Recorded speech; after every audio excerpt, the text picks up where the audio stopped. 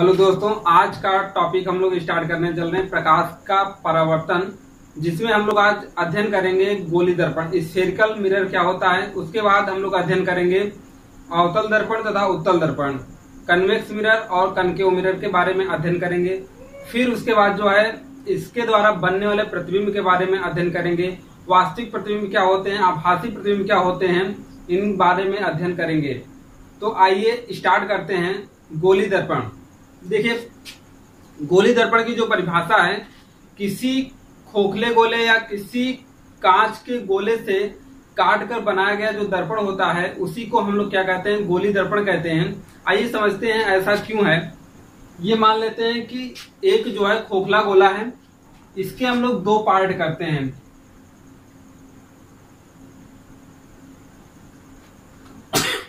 इसके हम लोगों ने दो पार्ट किए, एक पार्ट कुछ इस प्रकार से दिखाई देता है और दूसरा पार्ट जो है कुछ इस प्रकार से दिखाई देता है। यह पार्ट ऐसा है और ये वाला पार्ट ऐसा है।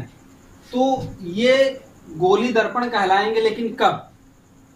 जब यहां पर किसी एक साइड में यहां पर पेंटिंग कर दी जाए या कलई कर दी जाए, तब ही कहलाएंगे ये गोली दर्पण। यहां पर इसके इस साइड में कलई कर दी गई, यहां पर इसके बाहर साइड में कलई कर दी गई, तो ये बन गए क्या, गोली दर्पण। इन दोनों को अभी कोई नाम नहीं। जब किसी गोली दर्पण के दबे हुए तल पर कलई कर दी जाए तथा उभरा हुआ तल परावर्तक तल हो, तो वह दर्पण हमारा उत्तल दर्पण कहलाता है। क्या कहलाता है? उत्तल दर्पण। इसे इंग्लिश में हम लोग बोलते हैं कन्वेक्स मिरर।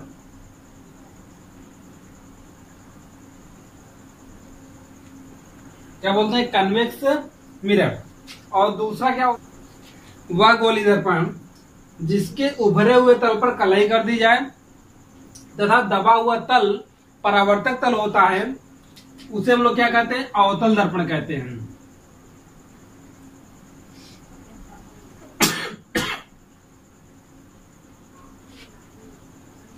इसे इंग्लिश में कनकेव मिरर बोलते हैं।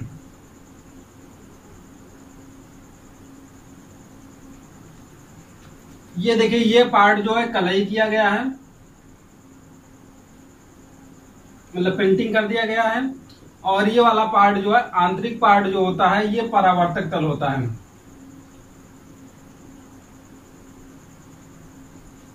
तो दोनों की जो डिफिनीशन है, जो परिभाषा है, वो कुछ इस प्रकार से दे सकते हैं। पहला नंबर हम लोग जानेंगे गोली दर्पण क्या है।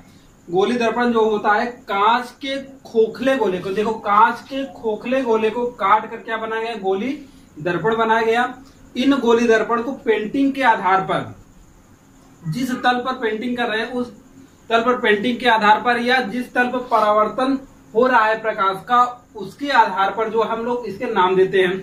तो क्या होता है कि गोली दर्पण किसी खोखले गोले को काट कर बनाया जाता है, उसे हम लोग क्या कहते हैं, गोली दर्पण कहते हैं। जब किसी गोली दर्पण के दबे हुए तल पर पेंटिंग कर दी जाती है या कलई कर दी जाती है, तो वह उत्तल दर्पण कहलाता है, मतलब कन्वेक्स मिरर कहलाता है। और जब उभरे हुए तल पर कलई कर दी जाती है और दबा हुआ तल परावर्तक तल होता है, तो उसे हम लोग अवतल दर्पण या कनकेव मिरर कहते हैं। ये परिभाषा आप लोग अपने से नोट्स में लिख लीजिएगा। आइए हम लोग आगे बढ़ते हैं। यहाँ पर जानेंगे कुछ महत्वपूर्ण परिभाषाएं जो गोली दर्पण से संबंधित हैं। तो आइए हम लोग जानते हैं गोली दर्पण से संबंधित कुछ महत्वपूर्ण परिभाषाएं क्या होती हैं। तो पहला नंबर देखिए, हम लोग जानेंगे इसमें ध्रुव क्या होता है।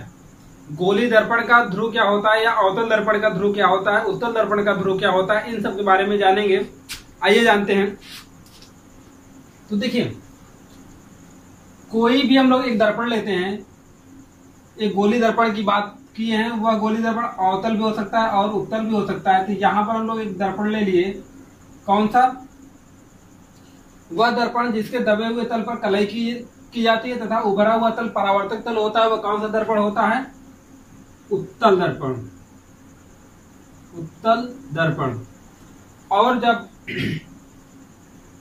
उभरे हुए तल पर कलई कर दी जाए और दबा हुआ तल परावर्तक होता है, तो उसे हम लोग क्या कहते हैं, अवतल दर्पण। अवतल दर्पण।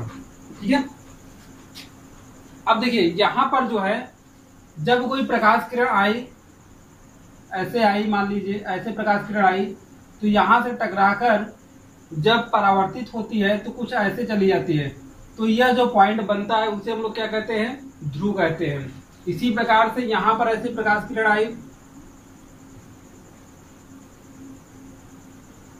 तो टकराकर ऐसे चली गई, तो इस पॉइंट को हम लोग क्या कहेंगे, ध्रुव कहेंगे, पी कहेंगे।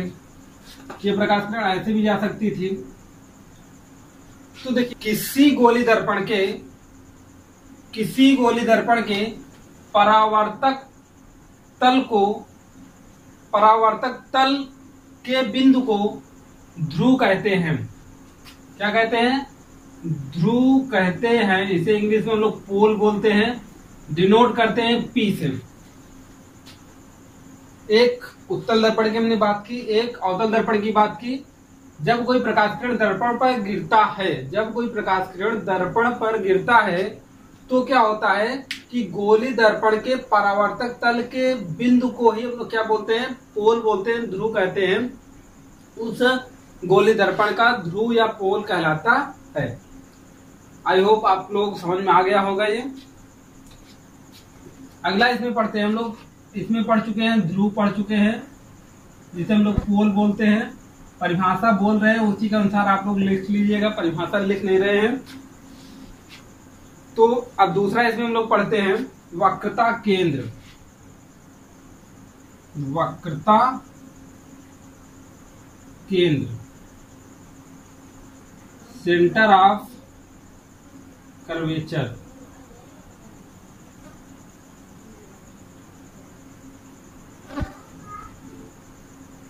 सेंटर ऑफ कर्वेचर, देखिए सेंटर ऑफ कर्वेचर, वक्रता केंद्र।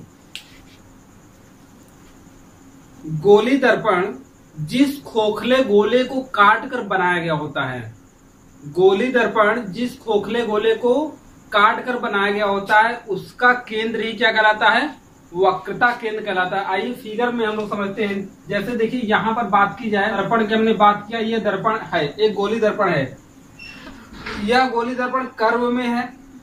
अगर ये गोली दर्पण कर्व में है तो इसका क्या होगा, एक इसे हम लोग पूरा गोला करेंगे, तो गोला करने के बाद इसका कोई ना कोई एक सेंटर आएगा, तो यही सेंटर क्या कहलाएगा, वक्रता केंद्र कहलाएगा। यही सेंटर क्या कहलाएगा, वक्रता केंद्र, वक्रता केंद्र कहलाएगा। हम लोग कह सकते हैं कि गोली दर्पण जिस खोखले गोले का कटा हुआ भाग होता है उसका केंद्र, यहाँ पर ये गोली दर्पण है, इस गोली दर्पण का ये कटा हुआ भाग है, तो इसका केंद्र ही क्या कहलाएगा, वक्रता केंद्र कहलाएगा। इसे हम लोग C से रिप्रेजेंट करते हैं।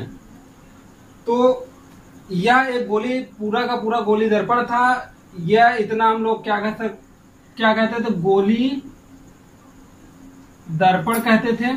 और यह गोली दर्पण इस पूरे गोले से ही काटकर बनाया गया था, तो इसका कोई ना कोई एक सेंटर होगा। यही सेंटर क्या कहलाता है, वक्रता केंद्र कहलाता है। अब इसी से रिलेटेड यहाँ पर कहीं पर एक ध्रुव होगा। इसी से रिलेटेड हमारा वक्रता त्रिज्या भी होती है, तो उसे हम लोग देखते हैं वक्रता त्रिज्या क्या होता है। तो देखिए यहाँ पर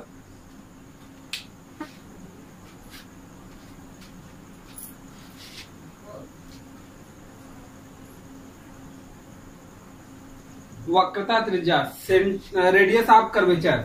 तो रेडियस ऑफ कर्वेचर क्या है, हमको क्या पता हो चुका है, ध्रुव पता हो चुका है, सेंटर पता हो चुका है। तो यहां से हम लोग ध्रुव से सेंटर के बीच की दूरी को, ध्रुव से सेंटर के बीच की दूरी को क्या कहते हैं, वक्रता त्रिज्या कहते हैं। तो हम लोग परिभाषा के रूप में जब देंगे तो क्या कहेंगे, किसी गोली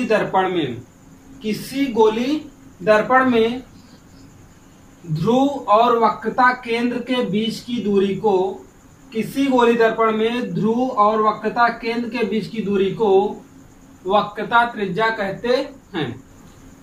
कैपिटल आर से प्रदर्शित करते हैं, इसे कैपिटल आर से प्रदर्शित करते हैं। आप लोगों को तीन चीजें इसमें पता हो चुकी हैं, ध्रुव, वक्रता केंद्र और वक्रता त्रिज्या। ध्रुव क्या होता है कि किसी गोली दर्पण पर जब कोई प्रकाश किरण गिरता है तो जिस पॉइंट पर गिरता है वही उसका क्या कहलाता है, ध्रुव कहलाता है। दूसरा नंबर, गोली दर्पण जिस खोखले गोले का कटा हुआ भाग होता है उसका केंद्र ही क्या कहलाता है, वक्रता केंद्र कहलाता है। और ध्रुव और वक्रता केंद्र के बीच की दूरी को वक्रता त्रिज्या कहते हैं, इसे R से प्रदर्शित करते हैं। देखिए अगला जो है चौथा नंबर हमारा है प्रिंसिपल एक्सिस, मुख्य अक्ष। मुख्य अक्ष क्या होता है कि इसमें हम लोग कई टॉपिक अब तक पढ़ चुके हैं कि जैसे यहाँ पर एक हम लोग दर्पण ले रहे हैं, इस दर्पण में यह पॉइंट हमारा ध्रुव है जो हम लोग ज्ञात कर चुके हैं, और यह किसी खोखले गोले को काटकर बनाया गया होगा तो इसका कोई न कोई एक सेंटर होगा। इस सेंटर को इसे हम लोग सी से प्रदर्शित करते हैं, वक्रता केंद्र कहते हैं इसे। वक्रता केंद्र और ध्रुव को मिलाने वाली, वक्रता केंद्र और ध्रुव को मिलाने वाली सीधी रेखा को, वक्रता केंद्र और ध्रुव को मिलाने वाली सीधी रेखा को मुख्य अक्ष कहते हैं। इस लाइन का क्या नाम है, मुख्य अक्ष। वक्रता केंद्र और ध्रुव को मिलाने वाली सीधी रेखा को मुख्य अक्ष कहते हैं, प्रिंसिपल एक्सिस कहते हैं।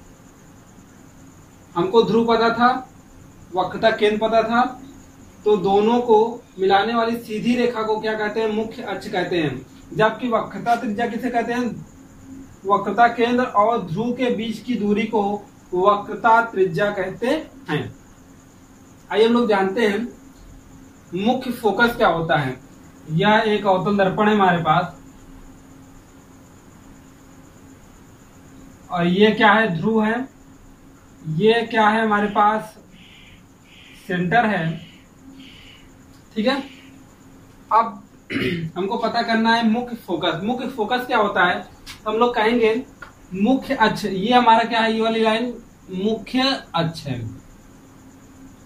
मुख्य अक्ष है तो हम लोग बात करेंगे मुख्य अक्ष के समांतर आने वाली प्रकाश की किरणें। मुख्य अक्ष के समांतर आने वाली प्रकाश की किरणें दर्पण से परावर्तन की पश्चात मुख्य अक्ष के जिस बिंदु को काटती हैं या काटती हुई प्रतीत होती हैं तो उसे हम लोग मुख्य फोकस कहते हैं, या उसे हम लोग फोकस कहते हैं। क्या, मुख्य अक्ष के समांतर आने वाली प्रकाश की किरणें। देखिए मुख्य अक्ष के समांतर जा रहे हैं तो मुख्य अक्ष के समांतर जाने वाली प्रकाश की किरणें दर्पण से परावर्तन के पश्चात जिस बिंदु को, दर्पण से परावर्तन के पश्चात मुख्य अक्ष के जिस बिंदु को प्रतिच्छेदित करती हैं, काटती हैं या काटती हुई प्रतीत होती हैं, उस बिंदु को हम लोग क्या कहते हैं, मुख्य फोकस कहते हैं। इसे कैपिटल एफ से प्रदर्शित करते हैं। अब इसी में अगला पॉइंट हम लोग देखेंगे 6 नंबर, फोकस दूरी। क्या देखेंगे, फोकस दूरी, फोकल लेंथ। फोकल लेंथ क्या होता है, वक्रता। अगला टॉपिक देखेंगे हम लोग फोकस दूरी, फोकल लेंथ। फोकल लेंथ क्या होता है, मुख्य फोकस और ध्रुव के बीच की दूरी को फोकस दूरी कहते हैं। यहाँ पर देखिए मुख्य फोकस और इसके बीच की दूरी को फोकस दूरी कहते हैं, इसे स्मॉल एफ से प्रदर्शित करते हैं। जबकि वक्रता केंद्र और ध्रुव के बीच की दूरी को वक्रता त्रिज्या कहते हैं, इसे आर से प्रदर्शित करते हैं। मुख्य फोकस और ध्रुव के बीच की दूरी को फोकस दूरी और वक्रता केंद्र और ध्रुव के बीच की दूरी को वक्रता त्रिज्या कहते हैं। इन दोनों में एक रिलेशन होता है जो एग्जाम में कई बार पूछा जाता है। तो देखिए यहां पर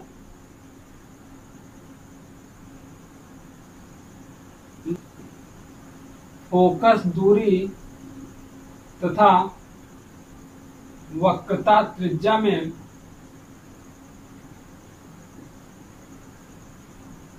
संबंध, वो क्या हो जाता है, F बराबर R/2। ये रिलेशन आप लोग याद कर लीजिएगा, बहुत ही इंपॉर्टेंट है। तो यहाँ पर हमको फोकस दूरी भी पता है, वक्रता त्रिज्या भी पता है, और दिखाई भी दे रहा है कि यदि कोई प्रकाश किरण मुख्य के समांतर आती है तो वो कहाँ से होकर जाती है, उसके आधे, मतलब आधी दूरी पर एक दूसरे को इंटरसेक्ट करती है। ओके, तो यहाँ पर आप लोगों के क्या होते हैं कि गोली दर्पण से संबंधित कुछ जो महत्वपूर्ण परिभाषाएं थी वो खत्म होती। कौन कौन सी परिभाषाएं हम लोगों ने पढ़ा, तो देखिए ध्रुव पढ़ा, ध्रुव के बाद हम लोगों ने वक्रता केंद्र को पढ़ा, वक्रता केंद्र को पढ़ने के बाद वक्रता त्रिज्या को पढ़ा, वक्रता त्रिज्या पढ़ने के बाद हम लोगों ने मुख्य अक्ष को पढ़ा, मुख्य अक्ष को पढ़ने के बाद मुख्य फोकस क्या होता है, फिर उसके बाद फोकस दूरी पढ़ा, फिर उसके बाद फोकस दूरी तथा वक्रता त्रिज्या में संबंध को पढ़ा। तो यहाँ से ये जो इतने टॉपिक थे वो गोली दर्पण से संबंधित कुछ महत्वपूर्ण परिभाषाओं में से थे। आइए हम लोग अब बात करते हैं अवतल दर्पण के द्वारा प्रतिबिंब बनने के नियम क्या क्या होते हैं। देखिए अवतल दर्पण के द्वारा प्रतिबिंब बनने का नियम, और यह टॉपिक इस चैप्टर का सबसे महत्वपूर्ण अंग है। यहाँ से बोर्ड एग्जाम में आपके बहुत सारे क्वेश्चन पूछे जाते हैं। एग्जाम में ऐसा क्वेश्चन पूछ लिया जाता है कि यदि कोई वस्तु वक्रता केंद्र पर रखा गया है तो उसका प्रतिबिंब कहाँ पर बनेगा, कैसा बनेगा, बड़ा बनेगा, छोटा बनेगा, उल्टा बनेगा, सीधा बनेगा, वास्तविक बनेगा कि आभासी बनेगा। तो बहुत सारे क्वेश्चन यहाँ से बन जाते हैं। तो यहाँ पर इस पॉइंट को हमको बहुत केयरफुली पढ़ना है। गारंटी आप ये 3 नियम जान लीजिए, उसके बाद कैसा भी कहीं पर भी वस्तु रख दिया जाए तो उसका प्रतिबिंब बहुत आसानी से बनाया जा सकता है। तो आइए हम लोग देखते हैं यहाँ पर इस कैसे नियम को हम लोग सीखेंगे। और नियम बहुत ही आसान है, आपको तुरंत ज्ञात हो जाएगा, यहीं पर याद हो जाएगा तुरंत। तो देखिए यहाँ पर पहला नंबर, जब वस्तु अनंत पर रखी गई हो तो वहां से चलने वाली प्रकाश की किरणें क्या होती है, समांतर होती हैं। तो जब कोई प्रकाश किरण जो है मुख्य अक्ष के समांतर आ रही हो, जब कोई प्रकाश किरण मुख्य अक्ष के समांतर आ रही हो तो दर्पण से परावर्तन के पश्चात फोकस से होकर जाती है।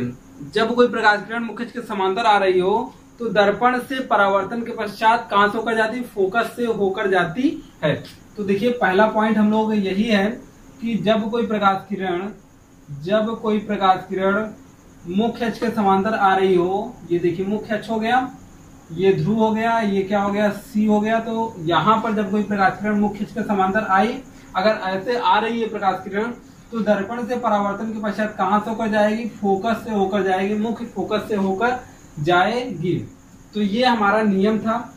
पहला नियम यही है कि जब कोई प्रकाश किरण मुख्य अक्ष के समांतर आती है तो दर्पण से परावर्तन के पश्चात कहां से होकर जाती है, फोकस से होकर जाती है। दूसरा नंबर नियम यह है कि यदि कोई प्रकाश किरण फोकस से होकर जा रही है, कहां से होकर जा रही है, फोकस से होकर जा रही है, तो दर्पण से परावर्तन के पश्चात कहां से होकर जाती है, तो देखिए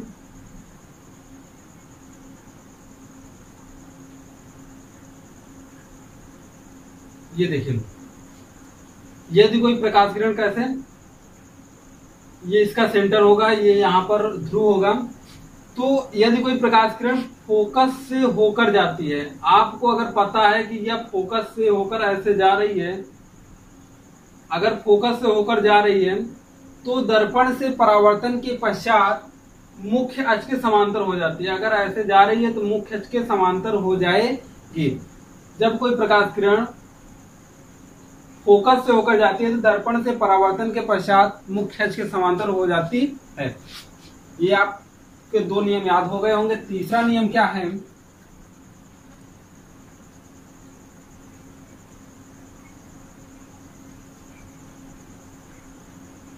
जब कोई प्रकाश किरण वक्रता केंद्र से होकर जा रही हो, कहां से होकर जा रही हो, वक्रता केंद्र से होकर जा रही हो, तो दर्पण से परावर्तन के पश्चात अपने ही मार्ग में, मतलब वक्रता केंद्र से ही वापस लौट जाती है।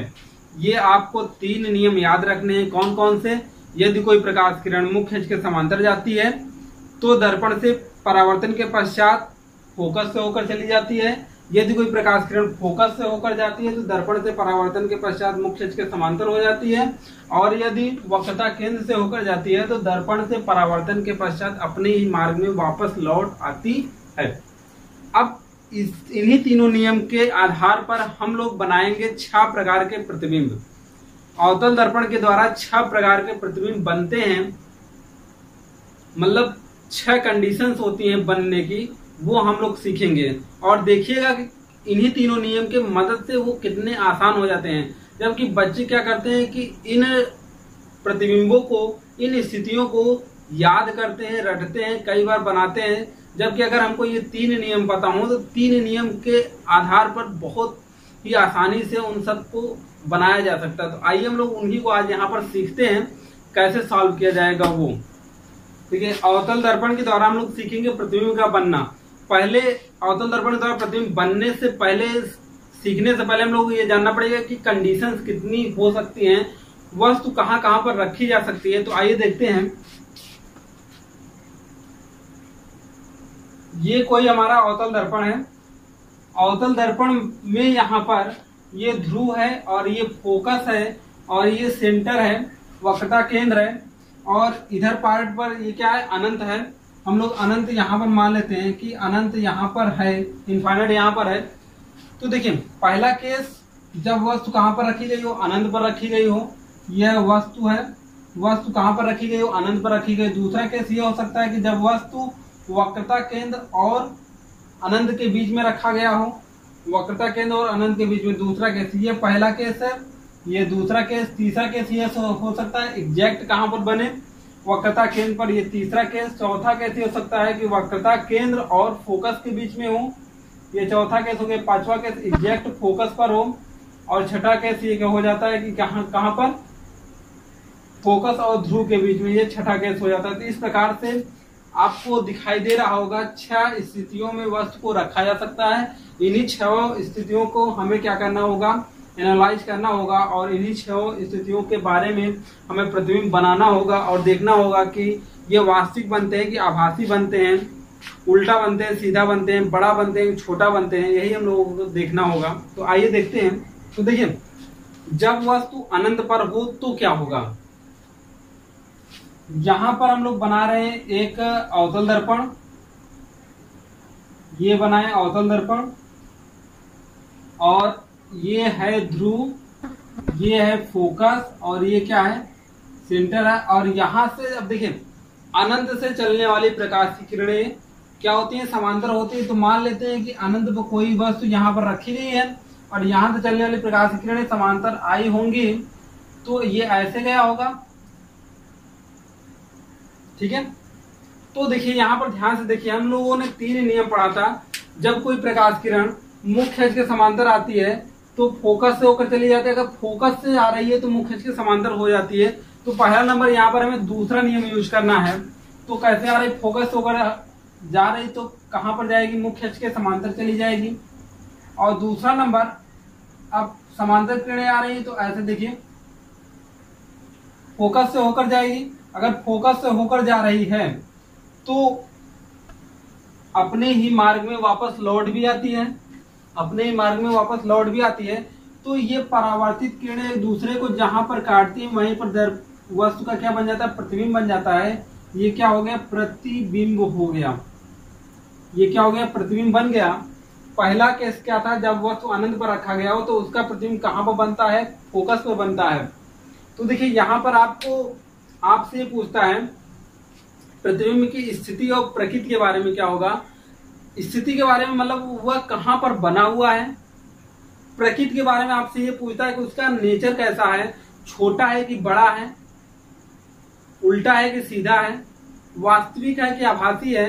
ये इसका नेचर हुआ, प्रकृति हुआ। जबकि स्थिति के बारे में वो कहां पर बना हुआ है, तो स्थिति के बारे में अगर पूछता है तो आपको बताना पड़ेगा कि मुख्य फोकस पर बना हुआ है।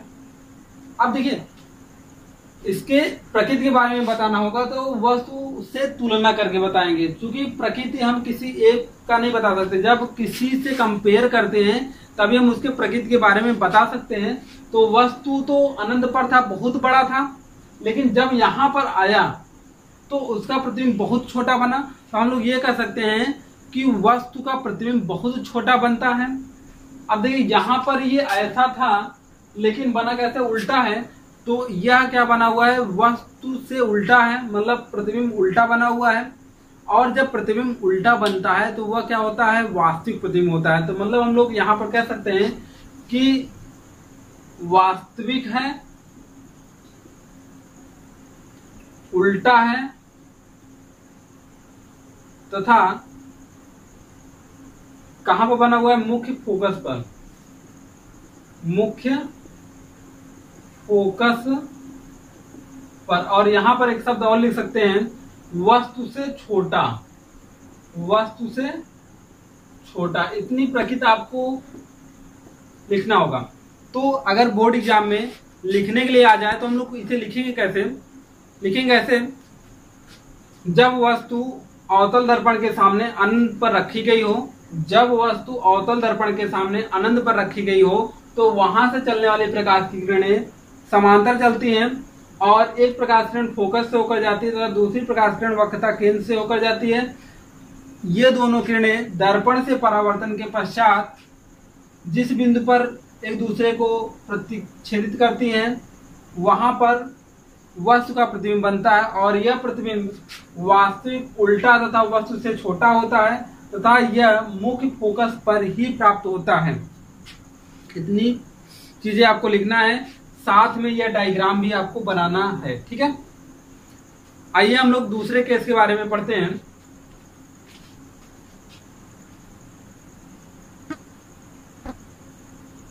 केस नंबर सेकेंड,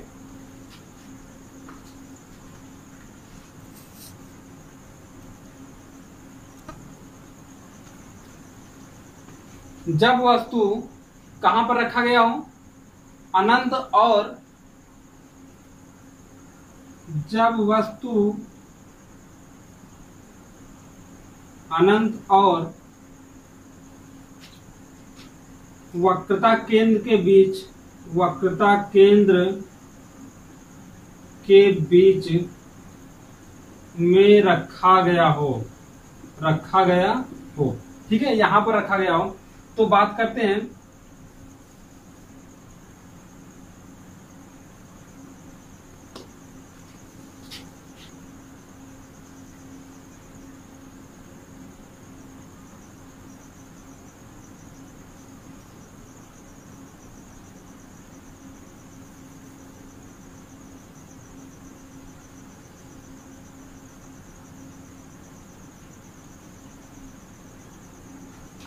देखिए वस्तु को कहां पर रखना है?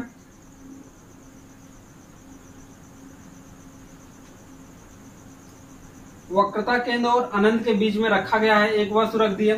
अब हमारे पास यहाँ पर देखिए, यहां से चलने वाली प्रकाश किरण एक मुख्य अक्ष के समांतर ले गए, मुख्य अक्ष के समांतर गया प्रकाश किरण, दर्पण से परावर्तन के पश्चात कहां से गया? फोकस से होकर गया।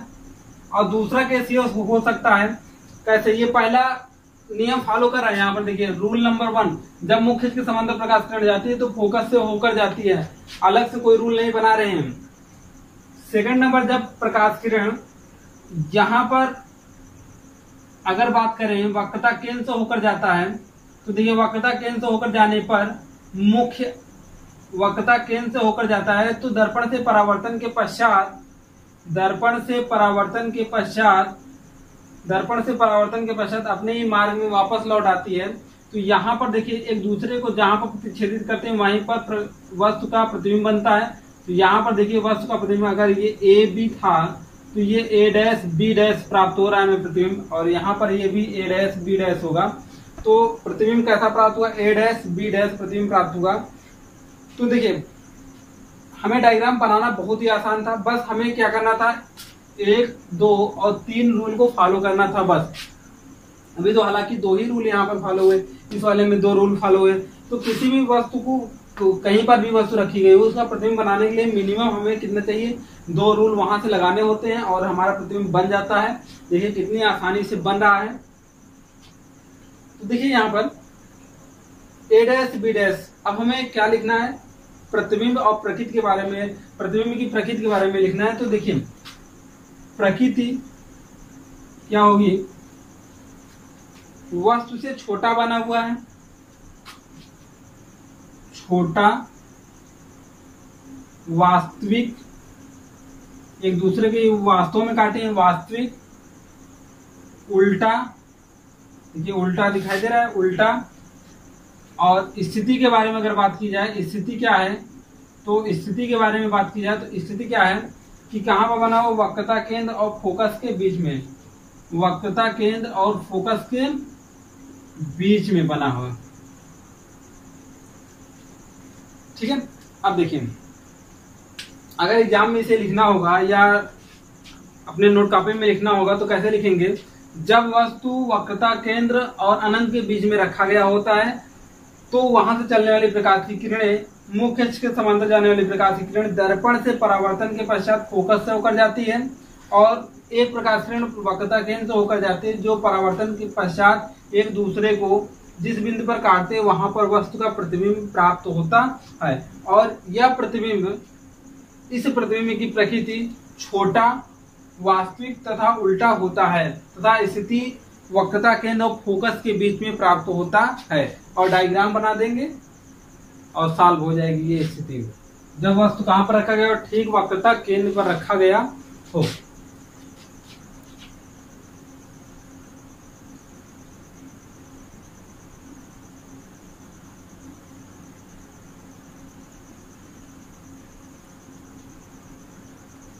देखिए इसका डायग्राम जो है हाथ से जब हम लोग बनाते हैं, क्योंकि यहाँ पर ना तो स्केल का यूज किया जा रहा है ना तो पेंसिल का, इन सब का कोई मेजरमेंट नहीं किया जाता है, तो हाथ से बनाने में डायग्राम थोड़ा बहुत गलतियां हो जाती हैं। खास तौर पर जब वस्तु कहाँ पर रखा गया हो, ठीक सी पर रखा गया हो, क्योंकि इस केस में वस्तु का जो प्रतिबिंब प्राप्त होता है ठीक वस्तु के बराबर प्राप्त होता है। तो इसे बनाने का जो तरीका आइए हम लोग देखते हैं। यहाँ पर जब वस्तु ए बी रख दिया जाता है, ए बी ऐसे यहाँ पर रख दिया गया, तो आपको करना क्या है, ठीक इसी के बराबर एक नीचे प्रतिबिंब बना लेना है जिसका नाम क्या पड़ेगा, ए डैश बी डैश। अब करना क्या है, एक प्रकाश किरण, अब रूल के आधार पर चलते हैं तो एक प्रकाश किरण मुख्य अक्ष के समांतर जाएगा। अगर मुख्य अक्ष के समांतर जा रहा है तो कहां से होकर जाएगा, फोकस से होकर जाएगा। इस प्रकार से बनाते हैं कि इसी को काटते हुए जाएगा, इसके हेड को काटते हुए जाए। और दूसरा नंबर इस प्रकार से बनाएंगे कि यहाँ पर दर्पण से परावर्तन के पश्चात, देखिए फोकस से होकर जाता है तो मुख्य अक्ष के समांतर चली जाती है, तो यहाँ से परावर्तन के पश्चात मुख्य फोकस से मतलब मुख्य अक्ष के समांतर चली जाती है। तो इस प्रकार से एक दूसरे को जहां पर इंटरसेक्ट करेंगे वहां पर वस्तु का प्रतिबिंब प्राप्त होगा। ठीक है, इस प्रकार से अगर हम लोग बनाएंगे तो पहली बार में बन जाएगा ना, कई बार गलतियां होती है, ये प्रतिबिंब आगे प्राप्त होता है कहीं पीछे प्राप्त होता है तो दिक्कत हो जाती है। अब देखिए इसके प्रकृति के बारे में लिखना है, तो प्रकृति क्या है, अगर हमें इसके प्रकृति के बारे में लिखना होगा प्रकृति, तो प्रकृति के बारे में हम लोग लिखेंगे ये एक दूसरे को वास्तव में काट रहे हैं तो वास्तविक प्रतिबिंब है, पहला नंबर वास्तविक है। दूसरा नंबर ये देखना है उल्टा बना है सीधा, तो वास्तविक होगा तो ये उल्टा जरूर होगा। तीसरा नंबर ये वस्तु के बराबर है, बड़ा है या छोटा है तो हम लोग कहेंगे बराबर है, वस्तु के क्या है बराबर है। इसके बाद स्थिति के बारे में आपसे पूछता है तो स्थिति के बारे में हम लोग क्या करेंगे, कहां पर, ठीक वक्रता केंद्र मतलब ठीक सी पर बना है, कहां पर बना है, ठीक सी पर बना है। आइए हम लोग चौथे केस के बारे में स्टडी करते हैं, केस नंबर 4। केस नंबर 4, जब वस्तु कहां पर अब रखी जाएगी, वक्रता केंद्र और फोकस के बीच में। जब वस्तु वक्रता केंद्र और फोकस के बीच में रखा गया हो, जब वक्रता केंद्र और फोकस के बीच में रखा गया हो तो यहां पर देखिए क्या होता है,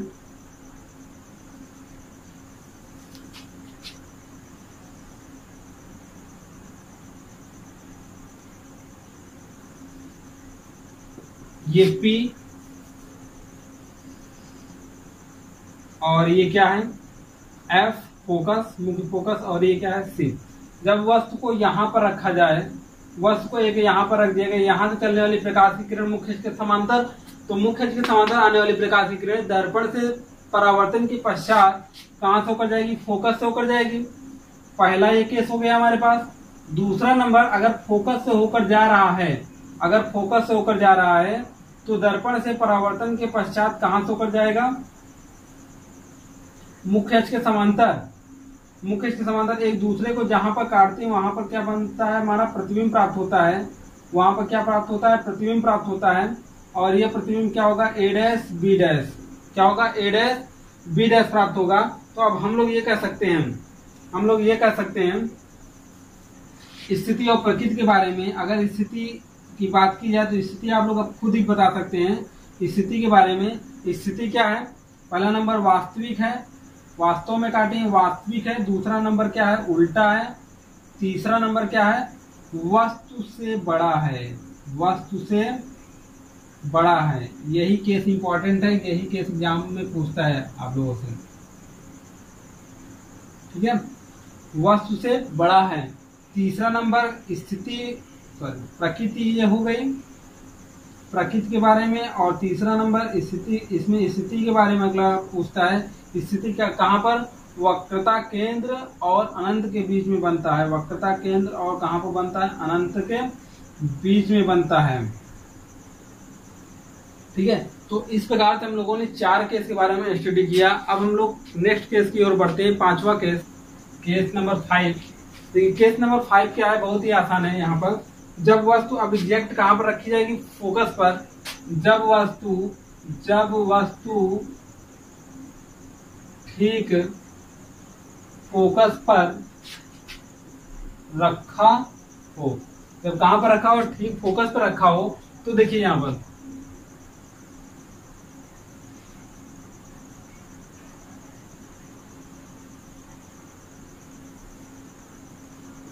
ये P और ये F और ये क्या हो गया? C। यहाँ पर जब वस्तु को रखा जाएगा तो पहला नंबर एक प्रकाश किरण मुख्य अक्ष के समांतर ले जाएंगे और मुख्य अक्ष के समांतर जाने वाली प्रकाश की किरण दर्पण से परावर्तन के पश्चात फोकस से होकर जाती है। तो फोकस से गई ये प्रकाश की किरण, यहाँ पर फोकस से होकर आई। और अब देखिए, अब यहाँ पर हम लोग परावर्तन का नियम लगाते हैं। जितना कोण बनाते हुए आती उतना कोण बनाते हुए वापस चले जाते हैं। तो यहाँ पर ये दूसरे से चली गई वापस। अब देखिए ये कोण अगर आई बनाते हुए आया तो ये कोण आर बनाते हुए चला जाए। आपतन कोण बराबर परावर्तन कोण, ठीक है। तो ये किरणें आपस में कहीं मिल रही हैं? नहीं मिल रही। तो कहाँ पर मिलती हुई मानी जाती है? अनंत पर मिलती हुई मानी जाती है। तो इसका प्रतिबिंब कहाँ पर बनेगा? अनंत पर बनेगा। लेकिन आपको दिखाई दे रहा होगा, अब कंफ्यूजन यहाँ पर ये हो सकता है कि वास्तविक बनेगा कि आभासी बनेगा। तो लेकिन अब देखिए ये किरणें वास्तव में जा रही हैं। जब वास्तव में जा रही है तो कहीं पर अगर अनंत पर मिलेंगी तो वास्तविक प्रतिबिंब प्राप्त होगा। तो देखिए यहाँ पर अगर प्रकृति के बारे में हमें लिखना होगा, इसकी प्रकृति क्या होगी? प्रकृति के बारे में लिखना होगा तो पहला नंबर वास्तविक प्रतिबिंब होगा, वास्तविक प्रतिबिंब होगा। दूसरा नंबर वास्तविक प्रतिबिंब हम लोग हर जगह देख चुके हैं। वास्तविक प्रतिबिंब सदैव कैसा बनता है? उल्टा बनता है। तो यहाँ पर उल्टा बनेगा, प्रतिबिंब कैसा बनेगा? उल्टा बनेगा। अब देखिए जैसे जैसे हम लोग वस्तु को दर्पण के करीब ला रहे हैं, समीप ले जा रहे हैं, तो वस्तु का प्रतिबिंब धीरे धीरे बड़ा होता चला जा रहा है। तो यहाँ पर वस्तु से बहुत बड़ा बनता है। प्रतिबिंब क्या होता है? वस्तु से बहुत बड़ा बनेगा। तीसरा नंबर अगर प्रकृति के बाद स्थिति के बारे में बात की जाए तो स्थिति कहाँ पर बनेगी? अनंत पर बनेगी। कहाँ पर बनेगा? अनंत पर। ये हमारा रहा 5वां केस। और ये एग्जाम में ये भी केस बहुत इंपॉर्टेंट है, कई बार पूछा गया है एग्जाम में। क्योंकि ये इसलिए पूछा जाता है क्योंकि अनंत पर बनता है। तो कुछ लोग यही नहीं बता पाते कि अनंत पर प्रतिबिंब बनता कहाँ है, इसीलिए इंपॉर्टेंट हो जाता है। एग्जाम में कई बार पूछा गया है। तो आप अगर 3 नियम पढ़े तो तीनों नियम के आधार पर ही ये बनाया जा रहा है। आपको आसान भी लग रहा होगा। तो आइए देखते हैं हम लोग नेक्स्ट केस, केस नंबर 6, जो अवतल दर्पण के द्वारा प्रतिबिंब बनने का लास्ट केस है। और ये भी केस इंपॉर्टेंट है क्योंकि ये भी कुछ अलग है। एग्जामिनर आपसे वही पूछता है जो कुछ अलग होता है।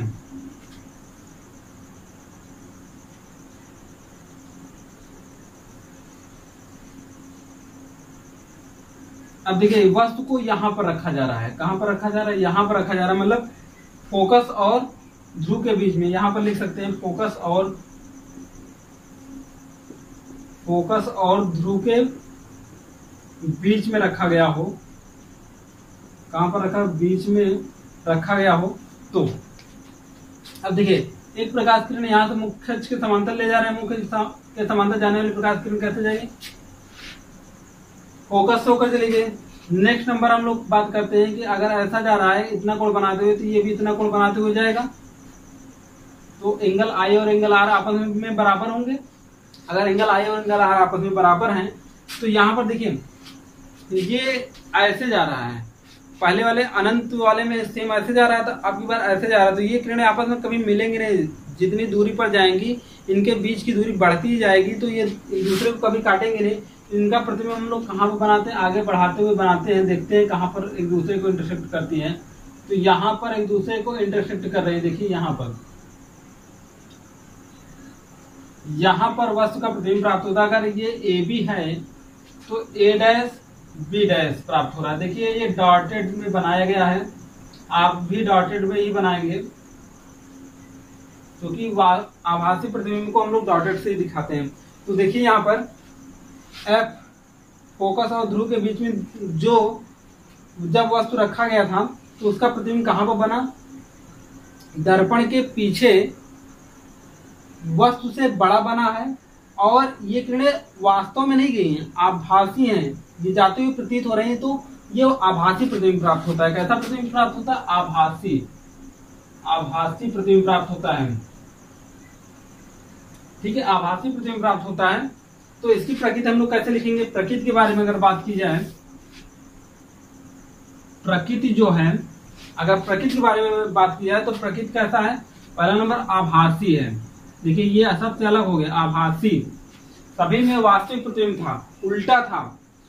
देखिए यहाँ पर क्या हो गया, यहाँ पर आभासी हो गया और पहला नंबर वस्तु से क्या है, वस्तु सीधा है, यहाँ पर सीधा हो गया, वस्तु से बड़ा है, बड़ा प्रतिबिंब बना है।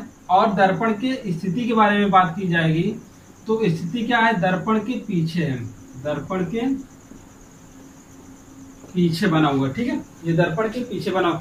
इस प्रकार से यहाँ पर देखिए case first, second, third, fourth, fifth and sixth, 6 case हमारे पास ऐसे थे जहां पर हमने अवतल दर्पण के द्वारा बनने वाले प्रतिबिंब के बारे में जाना, स्थितियों के बारे में जाना, बहुत ही आसान तरीके से। सिर्फ कितने नियम के आधार पर, 3 नियम के आधार पर हमने 6 प्रकार के प्रतिबिंब प्राप्त कर लिए और स्थिति के बारे में जानकारी ले लिए और प्रकृति के बारे में जानकारी ले लिया।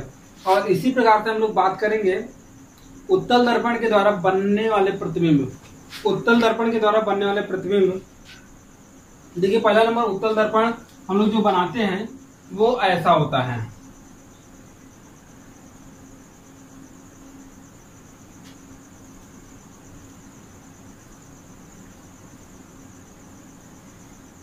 तो देखिए उत्तल दर्पण हमारा ऐसा होता है। अब फोकस यहाँ पर होगा, सी यहाँ पर, वक्रता केंद्र यहाँ पर होगा, लेकिन इसका परावर्तक तल इस साइड में है। दर्पण का पीछे का भाग ये है। कर्वेचर इधर होने के कारण फोकस और वक्रता केंद्र इधर होते हैं, लेकिन वस्तु को सदैव कहाँ पर रखा जाएगा, इसी साइड में। वस्तु को चाहे आनंद पर रखा जाए चाहे कहीं पर रखा जाए, तो यहाँ पर हम लोग डिसाइड नहीं कर पा रहे हैं कि कहाँ पर रखा जाएगा। हाँ, लेकिन इन दूरियों को माप कर यहाँ पर डिसाइड कर सकते हैं कि फोकस पर रखा गया तो ये कहाँ पर रखा गया है, तो इस आधार पर कर सकते हैं। लेकिन यहाँ पर जब वस्तु कहीं पर भी रखा जाए, इसका प्रतिबिंब सदैव हमको कहाँ पर प्राप्त होता है, ध्रुव और फोकस के बीच में प्राप्त होता है। आइए देखते हैं कैसे। देखिए मान लेते हैं कि वस्तु यहाँ पर रखा गया होगा, मान लेते हैं वस्तु यहाँ पर रखा गया होगा, तो यहाँ से चलने वाली प्रकाश किरणें मुख्य अक्ष के समांतर जाएंगी। तो आपको बताया गया है कि मुख्य अक्ष के समांतर जाने वाली प्रकाश की किरणें दर्पण से परावर्तन के पश्चात कहाँ से होकर जाती है, फोकस से होकर जाते हैं या जाते हुए प्रतीत होती है। तो यहाँ पर जाते हुए क्या होंगी, प्रतीत होंगी। देखिए ऐसे जाना चाहती है, ऐसे जाना चाहते हैं, फोकस होकर जाना चाहते हैं, लेकिन जा नहीं पाएंगे दर्पण के पीछे, तो ये क्या हो जाएंगे, ऐसे रिफ्लेक्ट हो जाएंगे। ठीक है, और दूसरा नंबर अगर कहाँ से होकर जा रहे हैं, तो देखिए अगर ये वक्रता केंद्र की ओर जाना चाहती हैं तो ये जाते हुए क्या होंगी, प्रतीत होंगी। यहाँ पर जाते हुए क्या होंगी, प्रतीत होंगी। एक दूसरे को जहां पर काटती है वहीं पर क्या बनता है, प्रतिबिंब बनता है। अगर ए बी है तो ये ए डैश बी डैश आपको दिखाई दे रहा होगा, प्रतिबिंब बना होगा, ए डैश बी डैश प्रतिबिंब बना होगा। तो ये देखिए वस्तु इतना बड़ा था और प्रतिबिंब इतना छोटा बना हुआ है और दर्पण के पीछे बना हुआ है। तो बात आपको याद, अब देखिए अगर वस्तु यहाँ पर रखा गया होता तो भी यही बनता, यहाँ पर रखा गया होता तो भी, अगर पास में रखा गया होता तो भी फोकस और ध्रुव के बीच में ही क्या बनता, प्रतिबिंब बनता।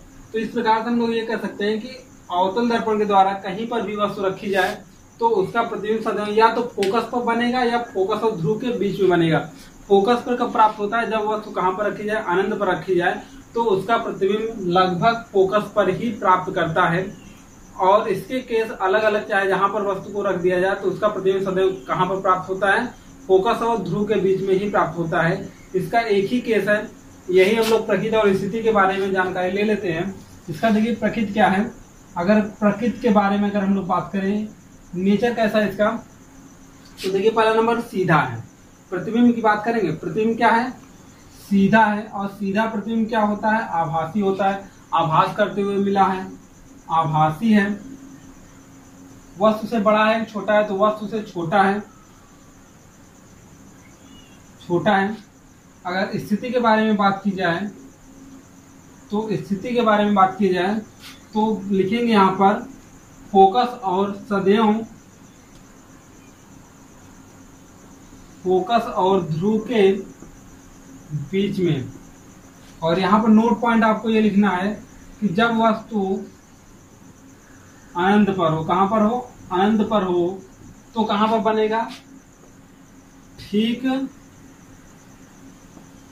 फोकस पर प्राप्त होगा।